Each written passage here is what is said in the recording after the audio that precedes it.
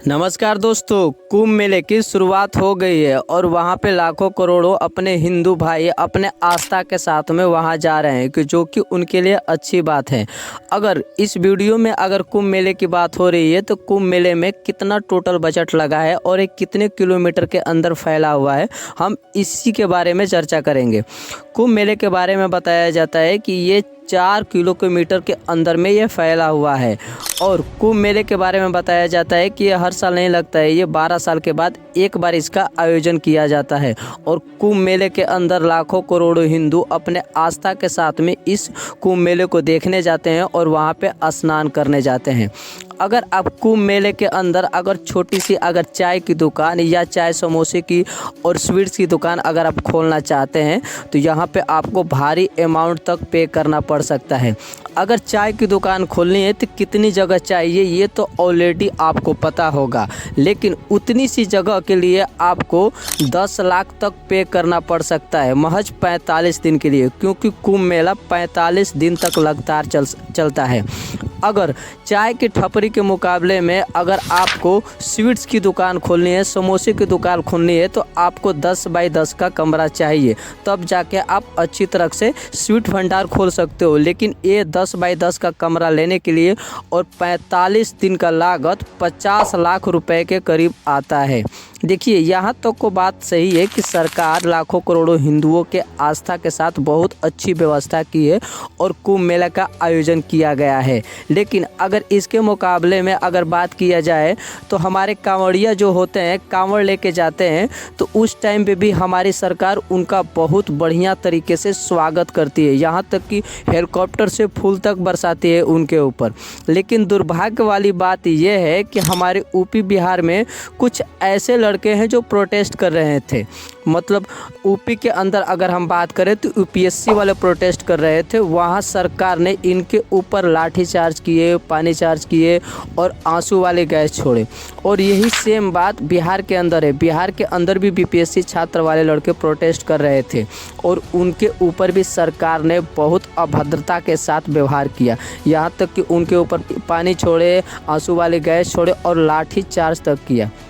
लेकिन सोचने वाली बात यह है कि जो लाखों करोड़ों हिंदू अपने आस्था को देखने के लिए और दर्शन करने के लिए और कुंभ मेले में स्नान करने के लिए जा रहे हैं, ये दोनों वही लोग हैं, लेकिन सिर्फ जगह चेंज है। वहाँ पे यही लोग जा रहे हैं, अपने आस्था को मानने वाले लोग जा रहे हैं और अपने आस्था का दर्शन करने के लिए जाते हैं। लेकिन सरकार वहाँ पे बहुत ही अच्छी तरीके से वेलकम करती है और स्वागत करती है। लेकिन यही लड़का 10 साल 12 साल 15 साल मेहनत करने के बाद जब अपनी नौकरी मांगता है और नौकरी मांगने के दौरान अगर कोई पेपर लीक हो जाता है और उस पर प्रोटेस्ट करता है, आंदोलन करता है, तो यही सरकार दोहरी वाली सत्ता खेलती है उसके साथ में। मतलब मारपीट करती है, लाठी चार्ज करती है, पानी चार्ज करती है, आंसू वाले गैस छोड़ते हैं और उनकी समस्या का निदान नहीं होता है। देखिए, यहाँ पे लोग जब प्रोटेस्ट कर रहे हैं बीपीएससी वाले, तो उनका एक ही कहना है सरकार से, अगर हम डीएम एसडीएम एसपी बनने लायक हैं तो आप हमें डीएम एसडीएम का पद दीजिए ना। सिर्फ इसी बात को लेकर वो लोग प्रोटेस्ट कर रहे थे और ये उत्तर प्रदेश के अंदर भी हुआ, बिहार के भी अंदर हुआ और मध्य प्रदेश के भी अंदर हुआ। देखिए, ये वही लोग हैं जो अपने हिंदू धर्म आस्था को मानने के लिए कुंभ मेले के अंदर जा रहे हैं और अपनी मांगों को पूरी करने के लिए सरकार से प्रोटेस्ट और आंदोलन कर रहे हैं। लेकिन सरकार तो वहाँ बहुत ही धूमधाम तरीके से इनका स्वागत कर रही है, वेलकम कर रही है, लेकिन यही अगर नौकरी की मांग कर रहे हैं तो इनके ऊपर लाठी चार्ज कर रही है। ये हमारी सरकार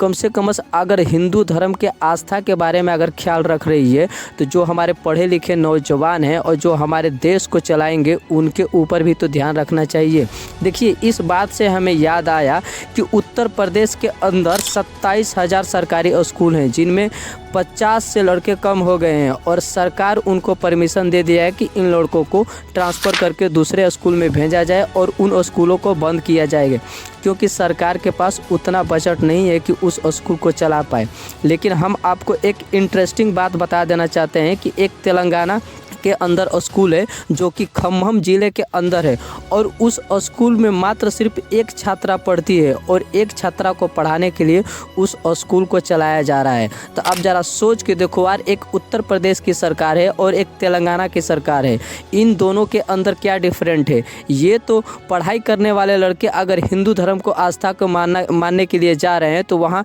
सरकार बहुत ही अच्छी तरीके से वेलकम कर रही है और कवाड़ियों के ऊपर फूल बरसा रही है। लेकिन अगर यही अगर पढ़ाई करने के बाद अपनी नौकरी की मांग करने के लिए जा रहे हैं तो उनके ऊपर लाठी चार्ज कर रही है, पानी चार्ज कर रही है और यहाँ तक कि आंसू वाले गैस छोड़ रहे हैं। आप ज़रा सोच के देखो यार, इस ठंडी के मौसम में जो आंदोलन कर रहे हैं उनके ऊपर पानी अगर फेंका जाएगा तो उनका हालत क्या होगा। लेकिन हम तेलंगाना सरकार को इस बात के लिए धन्यवाद कहना चाहते हैं कि वो लोग पढ़ाई का महत्व समझ रहे हैं। देखिए ये बात तो ठीक है, इस पे आप लोग खुद विचार करना, लेकिन कुंभ मेले का आयोजन करने में खर्च 6,382 करोड़ के करीब आया है।